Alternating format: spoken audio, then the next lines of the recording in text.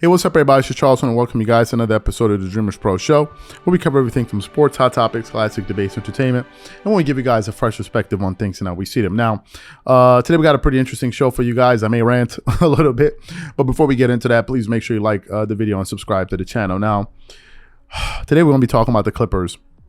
We're going to be talking about Kawhi and the current state of affairs with the Clippers. As many of you know at this point, Kawhi Leonard is my favorite player in the NBA, but to be totally frank with you, it has been extremely difficult rooting for Kawhi Leonard and the Clippers this season, and I'll tell you why. The reason it has been difficult is because I think a lot of us can see the potential in this team. We see all the talent. We see how deep they are. We see the coaching.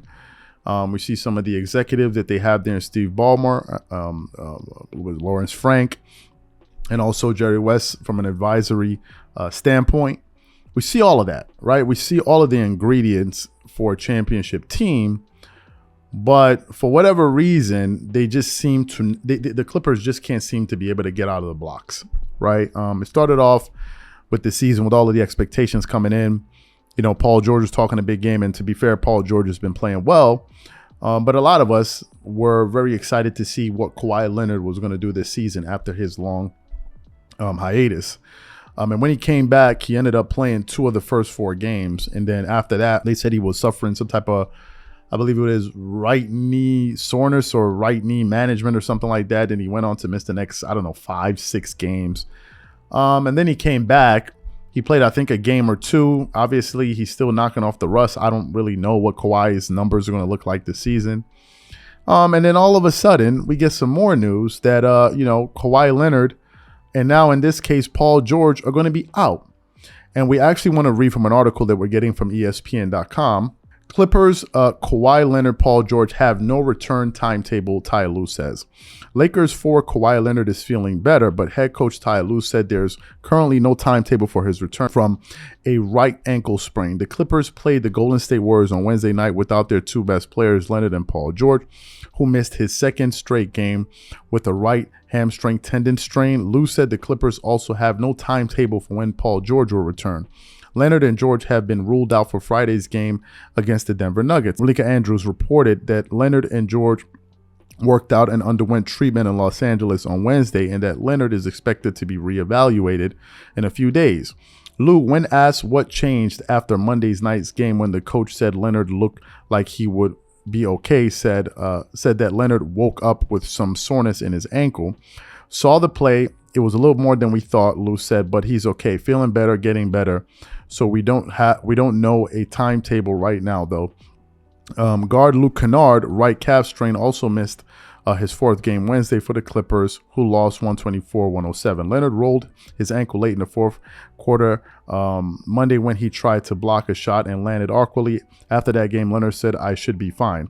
George has not played since he was held out of the second half last Saturday in a win over San Antonio. So, what are my thoughts on all of this? To be quite honest with you, I actually don't even know how to feel about the Clippers this season, to be honest with you.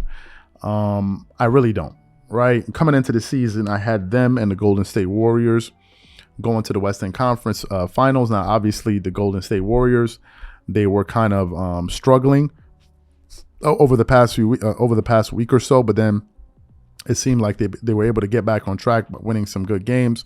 They've won 6 out of their last 10. Now they're with a 9-10 record. The Clippers, although have a better record than the Golden State Warriors with 11-8 record, but they're also 6-4 out of their last 10.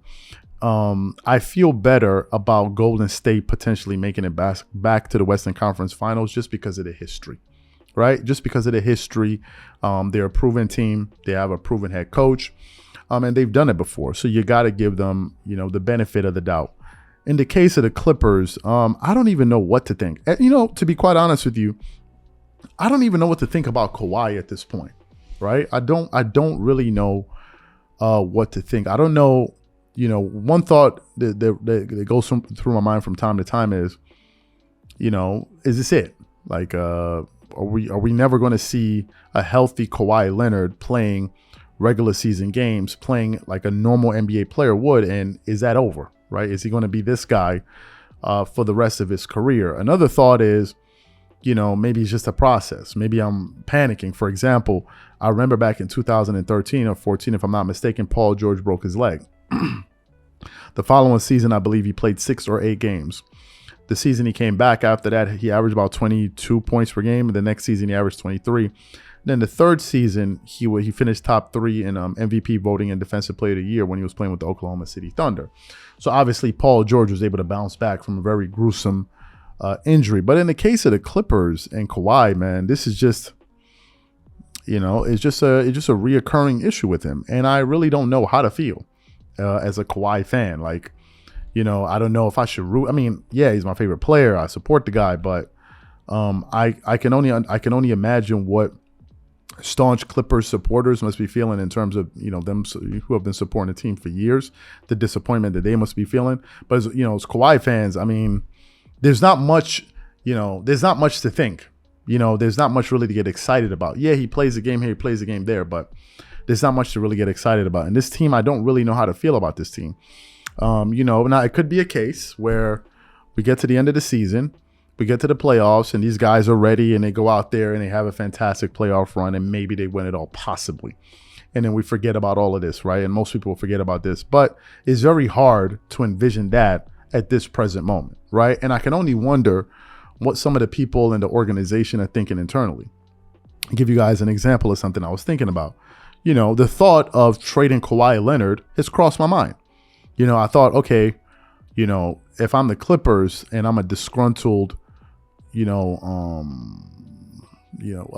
executive or whatever it is, and I'm looking to make a move, would I trade for a disgruntled player in Kevin Durant for Kawhi Leonard? If I'm the Clippers, I would. Now you say, well, KD is older, but he's healthy.